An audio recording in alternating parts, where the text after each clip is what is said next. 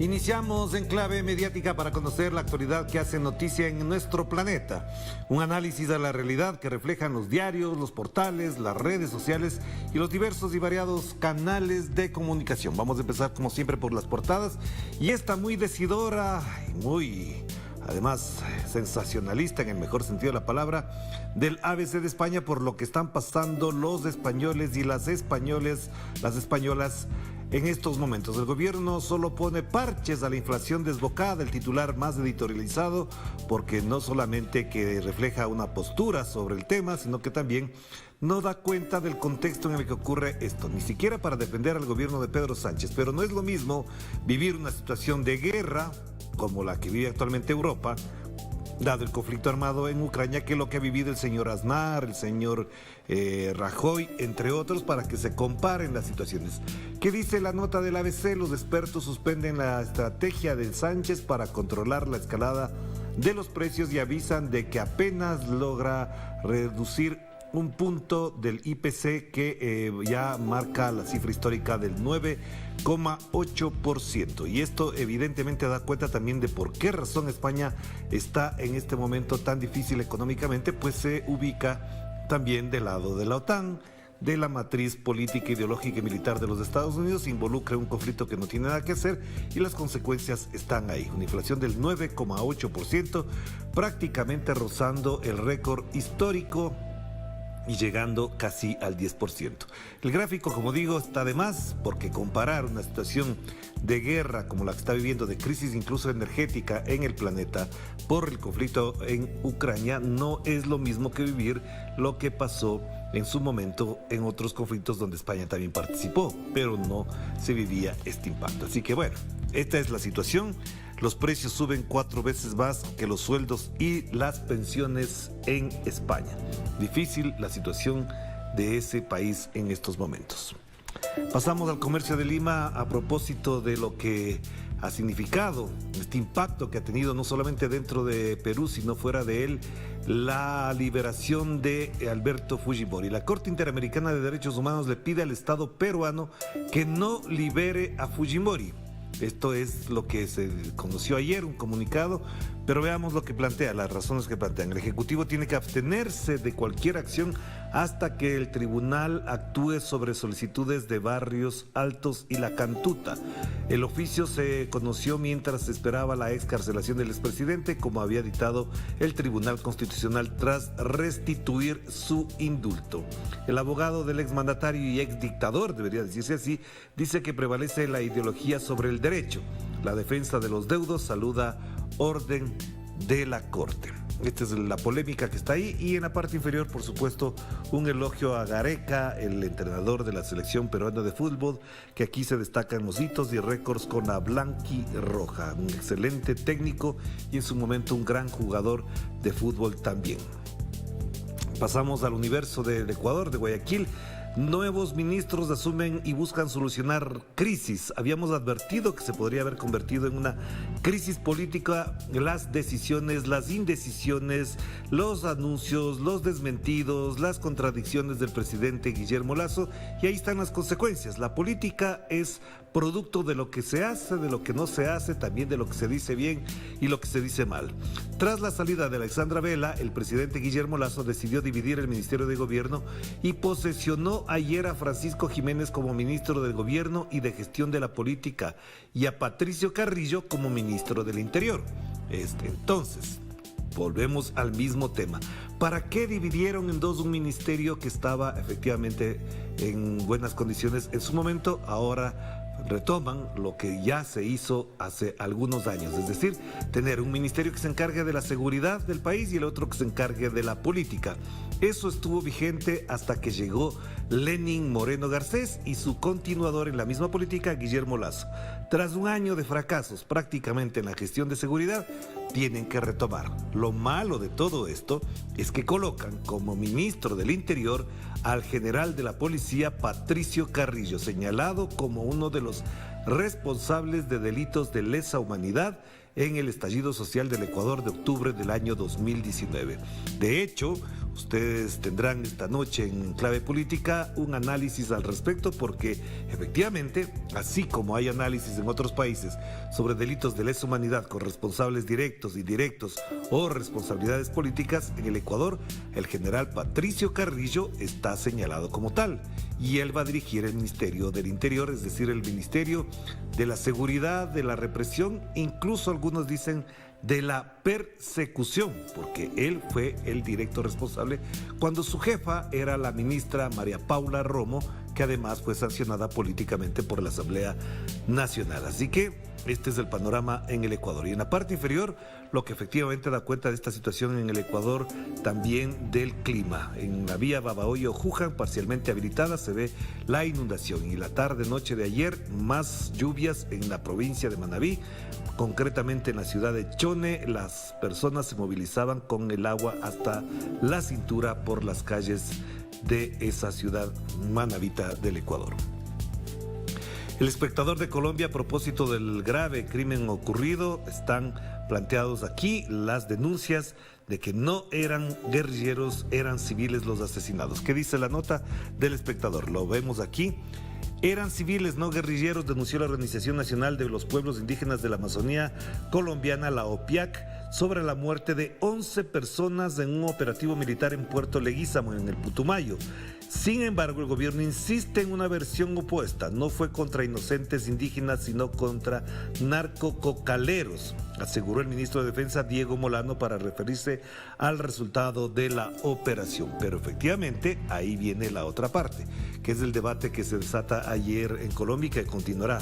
¿Por qué esta acción estaba dirigida contra, sí, pues es cierto, contra narcococaleros de esa manera, con esa intensidad, si en realidad no había reacción ni violenta de parte de estas personas que fueron asesinadas? Hasta el momento, la tesis que se maneja, digamos, como un relato común, es que son falsos positivos para que el gobierno supuestamente gane puntos, supuestamente también combatiendo al narcotráfico y a la guerrilla. Pero ahí está el titular de El Espectador. Versiones encontradas, yo pondría más bien entre signos de interrogación, porque en la práctica hasta ahora todo indica que fue una acción para relumbrar al señor presidente Iván Duque, supuestamente en acciones antiguerrilleras y antinarcotráfico.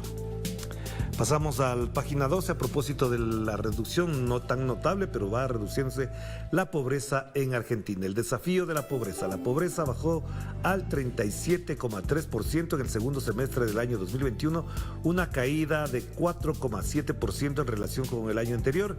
La mejora se explica por la recuperación de la economía después del derrumbe del año 2020 por la pandemia, pero no permite relajarse. Los valores siguen siendo muy altos y preocupa el alza de los alimentos por la guerra en Ucrania, que impactarán en la próxima medición, dice página 12 a propósito de esto. Por supuesto, es muy alto el índice de porcentaje de pobreza, 37,3%, es decir, un tercio de la población vive en la pobreza en Argentina. Y esto a causa de toda la política económica que inundó de deuda a Argentina el señor Mauricio Macri, que por supuesto, sumado a la pandemia, lleva a esta situación dolorosa y lamentable para los argentinos y las argentinas. Y vamos con la portada de últimas noticias. En este jueves 31 de marzo, Estados Unidos usa el dólar para el chantaje político. Así lo dijo el presidente venezolano Nicolás Maduro. El presidente pidió diseñar un nuevo sistema financiero internacional a propósito de una intervención que tuvo ayer, como se destaca también la fotografía de la despedida a los embajadores de Nicaragua y Sudáfrica que cumplieron sus misiones en Venezuela. Y acá, algo que sigue y hay que mantener en agenda. Formalizan solicitud de investigación contra Macri por el plan Puma. El Senado de Argentina recibió el pedido para indagar sobre la operación multinacional contra Venezuela. No nos olvidemos que esta operación estaba dirigida y tenía como objetivo una invasión a Venezuela con fuerzas multinacionales, se entiende, Estados Unidos, Colombia, Argentina, incluso se mencionaba en algún momento que podrían haber países como Chile, como Ecuador, pero bueno, lo fundamental es que estaba encabezada, manejada o dirigida por Mauricio Macri, que en realidad cumplía las órdenes de Estados Unidos. Hay que estar pendiente de esto. Vamos con los portales informativos, la noticia que también se destaca en los medios internacionales que no están alineados con Estados Unidos. Rusia denuncia ante la ONU violaciones del ejército ucraniano con apoyo de Occidente. Un funcionario ruso hizo especial énfasis en el bombardeo sobre Mariupol llevado a cabo por los batallones nacionalistas de Azov y sector derecha, que es lo que está ocurriendo por parte de las fuerzas ucranianas y que por supuesto no estará difundido ampliamente por los medios tradicionales.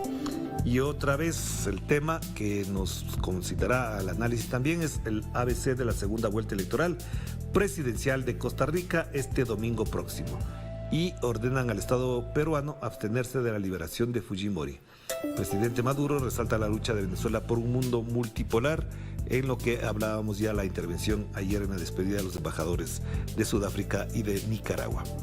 Veamos a propósito también de las elecciones de Nicaragua este fin de semana, incertidumbre en Costa Rica.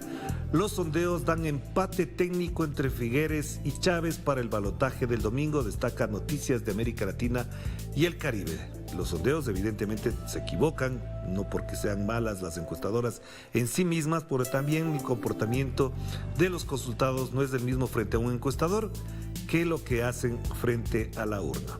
En el Estado de Derecho, lo que siempre esperamos del señor Bolsonaro, vuelve a amenazar al Tribunal Electoral. Un pueblo armado jamás será esclavizado, dice, a propósito de que se respalda en las Fuerzas Armadas, ya sabemos para qué. Vamos avanzando acá. Lo que queríamos destacar, la república.net de Costa Rica, José María Figueres y Rodrigo Chávez cara a cara. Es hora de acabar con el mal manejo del país, de acuerdo con el candidato de Progreso Social, Rodrigo Chávez, por supuesto, porque José María Figueres es de Liberación Nacional, partido más del ala derecha de Costa Rica. Las elecciones de este domingo darán cuenta de un resultado imprevisto, incierto para muchos analistas de Costa Rica.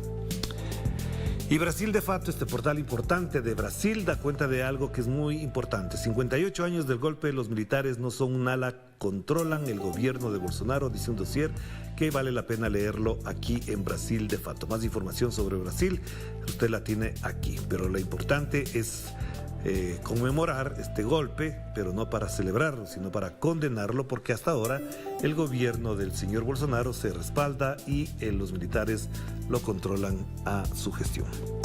Pasamos a la agencia F, que como decimos cada vez que abrimos la agencia F, la principal noticia es la de Estados Unidos. O es un portavoz, o es el presidente, o es la versión de los Estados Unidos. La agencia española F parece más la agencia estadounidense F. Estados Unidos y la Unión Europea se comprometen a trabajar juntos para que Vladimir Putin rinda cuentas.